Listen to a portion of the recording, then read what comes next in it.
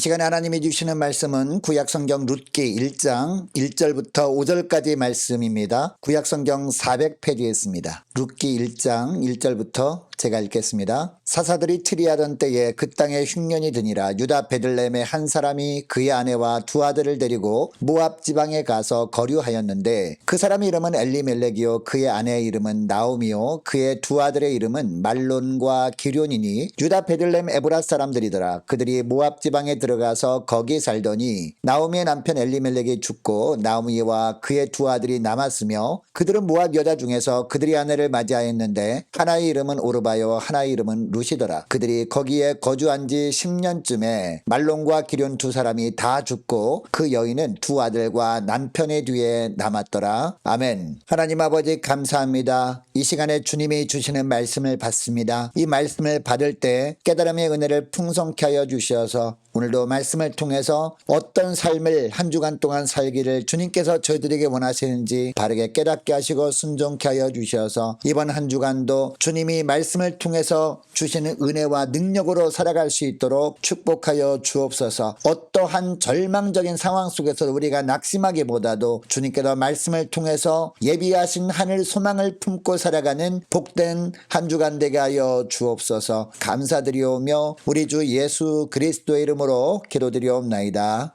아멘. 할렐루야. 은혜 많이 받으시기 바랍니다. 여러분 전도서 7장 14절 말씀에 보면요 이런 말씀이 나옵니다. 형통한 날에는 기뻐하고 곤고한 날에는 뒤돌아보아라. 이 두 가지를 하나님이 병행하게 하사라는 말씀입니다. 여러분 이 구절을 보면요 두 종류의 날이 나옵니다. 형통한 날과 곤고한 날입니다. 여러분 살다 보면 형통한 날, 즉 일이 술술 잘 풀려서 기뻐할 때가 있습니다. 그리고 곤고한 날, 즉 일이 꼬여서 이것으로 인한 고통 때문에 눈물 흘릴 때도 있습니다. 그리고 중반절 말씀을 보니까 이 두 가지를 하나님이 어떻게 하신다라고 하셨습니까? 병행하게 하셨다라고 하고 있습니다. 무슨 뜻이냐? 우리가 2022년 새해를 맞이하면서 많은 사람들과 새 인사를 주고받았습니다. 올해는 좋은 일로만 가득한 한 해 되시라는 덕담을 우리가 주고받았다는 거죠. 여러분 이 덕담처럼 올 한 해 사는 동안에 계속 좋은 일만 이어진다면 얼마나 좋겠습니까? 그러나 그런 인생은 없다는 겁니다. 일이 술술 잘 풀려서 기뻐할 때가 지나면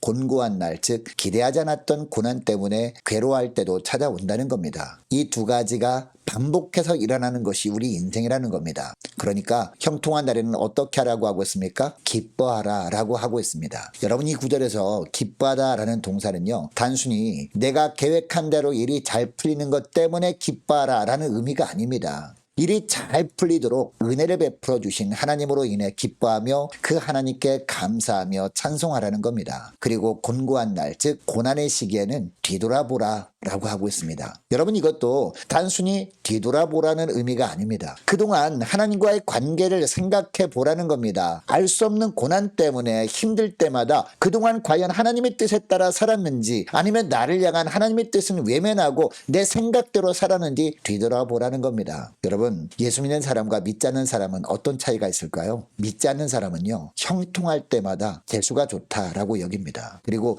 일이 잘 풀리지 않을 때면 단순히 운이 없네, 재수가 없네 라고 생각하고 맙니다. 그러나 예수 믿는 사람은 다릅니다. 예수 믿는 사람은 형통할 때나 곤고할 때나 하나님의 손길을 느끼는 사람들이라는 겁니다. 그래서 형통할 때는 하나님께 감사하고 곤고할 때는 삶을 돌아보면서 하나님과의 관계를 회복할 기회로 삼습니다. 이것이 바로 예수 믿는 사람들의 특징입니다. 여러분 이것을 기억하시고 형통할 때는 기뻐할 일을 허락하신 하나님을 찬양하고 곤고한 일이 있을 때마다 지난 날을 되돌아보면서 하나님과의 관계를 회복하는 기회로 삼는 저와 여러분 되시기를 축복합니다. 여러분 이처럼 하나님은 우리 삶에 형통할 때와 곤고할 때를 교대로 주시면서 우리를 더 단단한 믿음의 사람으로 다듬어 가시는 하나님이십니다. 자 오늘부터 주일 예배 때마다 룻기서 말씀을 살펴보기를 원합니다. 여러분 룻기를 통해서 우리가 인생길을 가다가 극심한 환난을 만났을 때 어떻게 해야 하는지 주님께서 저와 여러분에게 말씀하십니다. 여러분 예수 믿는 믿음의 사람도 살다 보면 견딜 수 없을 것 같은 고난의 시기를 통과해야 할 때가 있습니다. 그때 그리스도인이라면 잊지 말아야 할 것이 하나 있습니다. 뭐냐?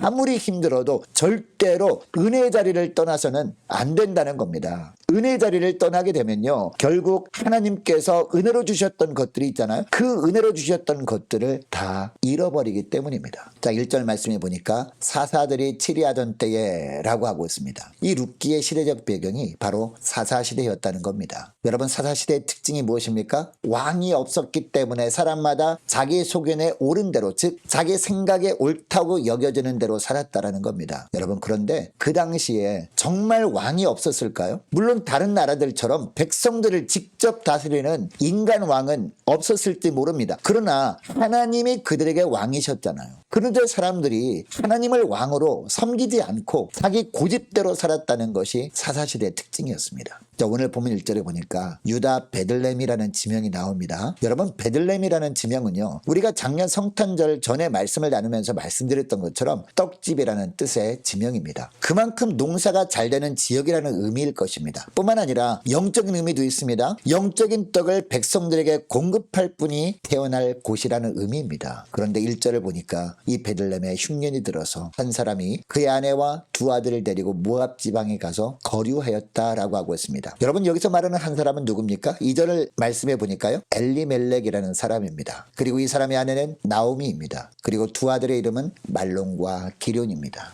1장 21절 말씀해 보니까 내가 풍족히 나갔더니 라는 구절이 나오거든요. 이 나오미가 훗날 모압 지방에서 베들레헴으로 돌아와서 베들레헴 사람들에게 한 말입니다. 여러분, 이것을 보면 이 가정이 베들레헴에 사는 동안에 꽤 풍족한 삶을 살았었음을 알 수 있습니다. 넉넉한 삶을 살다가 어느 날 갑자기 흉년이 드니까 먹는 것 때문에 견딜 수가 없었던 겁니다. 여러분, 아무리 흉년을 만나서 식량을 구하기 힘들었다 해도 그래도 이들은 어떤 사람들이었습니까? 하나님의 언약 백성들이었습니다. 신명기 8장 3절 말씀을 너무도 잘 아는 사람들이었다는 거죠. 여러분, 신명기 8장 3절 말씀이 보면 어떤 말씀이 나오죠? 사람이 떡으로만 사는 것이 아니요 여호와의 입에서 나오는 모든 말씀으로 사는 줄을 내가 알게 하려 하심이라 라고 합니다. 무슨 얘기예요? 하나님께서 이스라엘 백성들을 홍해를 건너게 하시고 광야 40년 세월 동안에 만나 메추라기만 내려주신 이유가 바로 이것이라는 겁니다. 사람이 떡으로만 사는 것이 아니고 여호와의 입에서 나오는 모든 말씀으로 사는 줄을 알게 하려고 그 광야길 동안에 고생하게 하셨다라는 겁니다. 여러분, 이 말씀을 그동안 들어서 잘 알고 있었던 이스라엘 유다 지파 사람들이 바로 이 나오미 가정이었습니다. 그리고 흉년이 천년 만년 지속되는 것도 아니었잖아요. 언젠가는 끝나게 될 흉년이었습니다. 그렇다면 하나님이 여호수아를 통해 분배해 주신 땅인 베들레헴을 떠나지 말았어야 했습니다. 흉년으로 인해서 식량을 구하기 어려운 환경이었지만 하나님이 주시는 영의 양식을 더 사모하며 살면서 흉년의 시기가 끝나길 기다려야 했다는 겁니다. 그런데 이들이 어떻게 합니까? 1절 하반절을 보니까 모압 지방에 가서 거류하였다라고 하고 있습니다. 은혜의 자리였던 베들레헴을 떠나서 이방인들이 거주하는 모압 지방으로 육의 양식을 충분히 먹을 수 있다는 이유 때문에 이주를 한 겁니다. 여러분, 우리의 인생에도 때로는 흉년이, 때로는 풍년이 주어질 수 있어요. 풍년이 되면 하나님께 감사하면서 넉넉한 마음으로 나누며 살면 됩니다. 반면에 흉년이 들면 어떻게 해야 될까요? 예수 믿는 하나님의 자녀라면 전적으로 하나님만을 의지하면서 하나님의 입에서 나오는 생명의 양식을 공급받으면서 장차 내려주실 풍년의 은혜를 기대하며 살아야 할 줄로 믿습니다. 흉년이 드는 것처럼 사업에 문제가 생기거나 가정에 골치 아픈 일이 생길 때 더 하나님만을 의지하고 더 주님만을 바라보아야 한다는 겁니다. 그런데 많은 성도들이 이처럼 삶 가운데 기근을 만나면 어떻게 합니까? 오히려 기근을 피할 이런저런 세상적인 방법을 찾느라 기도할 시간조차 잃어버립니다. 그래 놓고선 기도가 안 된다고, 기도가 나오지 않는다고 합니다. 여러분, 왜 이런 현상이 나타나는 것일까요? 나오미의 가정처럼 베들레헴이라는 은혜의 자리를 떠나서 모압이라는 세상으로 나갔기 때문 아니겠습니까? 여러분, 계속해서 본문에 보면 나오미 가정은 모압 땅에 상당한 기대를 걸었던 것 같습니다. 먹을 것이 풍성한 모압 땅으로 가면 오래도록 그 땅에서 잘 살게 될 줄 알았을 겁니다. 그런데 이처럼 은혜의 자리 베들레헴을 떠난 결과가 무엇이었을까요? 3절 말씀해 보니까 육신의 기근을 피해서 모압이라는 세상으로 갔는데 결국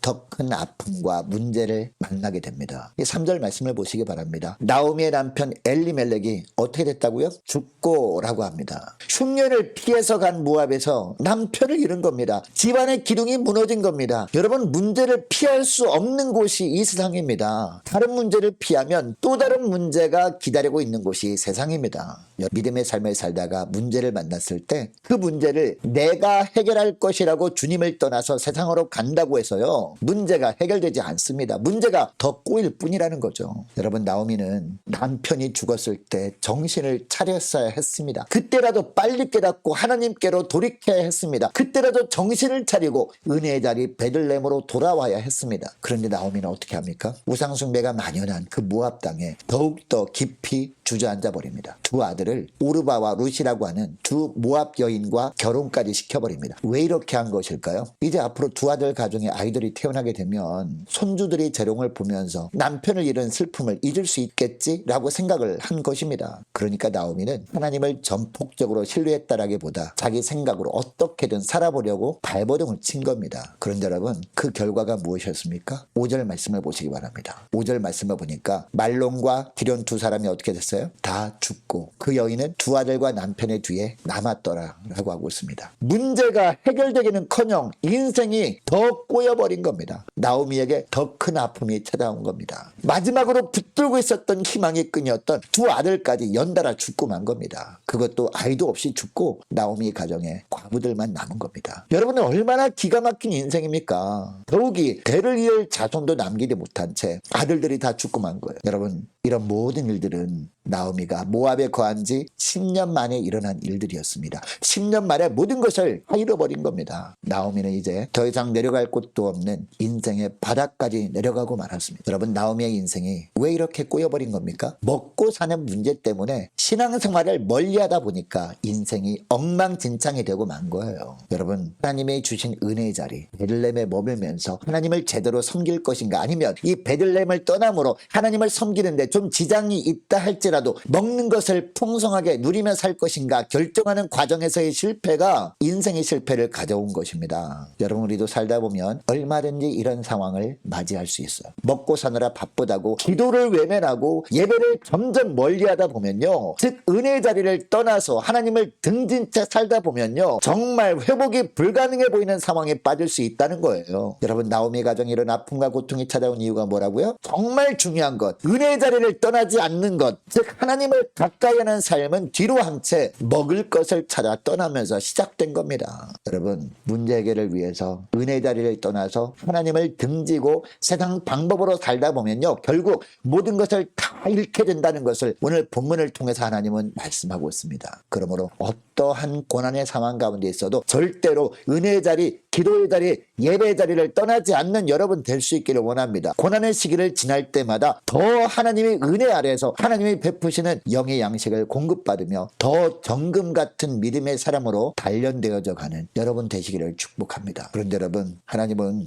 사랑의 하나님이십니다. 한 번 택하신 주님의 자녀는 결코 포기하지 않으시는 참 좋으신 하나님이 우리의 하나님이세요. 모든 것을 다 잃어버릴 정도로 철저하게 낮아지게 하셨다가 결국 다시 만나주시고 회복시켜주시는 하나님이라는 겁니다. 여러분, 계속 본문을 보면요, 나오미를 이처럼 바닥까지 낮추신 하나님께서 나오미의 삶에 개입하시기 시작합니다. 나오미의 가정이 자기 생각대로 은혜의 자리 베들레헴을 떠나 모압에서 하나님을 등지고 사는 동안에는요, 안타까운 마음으로 지켜만 보셨던 하나님이셨거든요. 그러나 나오미가 모압에서 모든 것을 다 잃고 더 이상 자신의 힘으로 아무것도 할 수 없을 때 비로소 하나님은 나오미에게 구원의 손길을 내미십니다. 결국 나오미가 베들레헴으로 하나님이 주신 땅으로 돌아갈 결단을 하도록 그의 마음에 감동을 주십니다. 여러분, 나오미가 자신의 힘을 의지하여 문제를 해결하려고 할 때는요, 모든 것을 다 잃어버렸어요. 그러나 결단을 하고 자기 인생을 하나님의 손에 맡기기 시작했을 때 잃었던 모든 것들을 하나씩 둘씩 다 회복시켜 주십니다. 앞으로 살펴보겠지만요, 결국 이 나오미가 어떻게 합니까? 이 모압을 떠나서 베들레헴으로 돌아가지 않습니까? 베들레헴으로 무사히 돌아가게 하십니다. 그리고 며느리 룻이 보아스와의 결혼을 통해서 손자도 얻게 하십니다.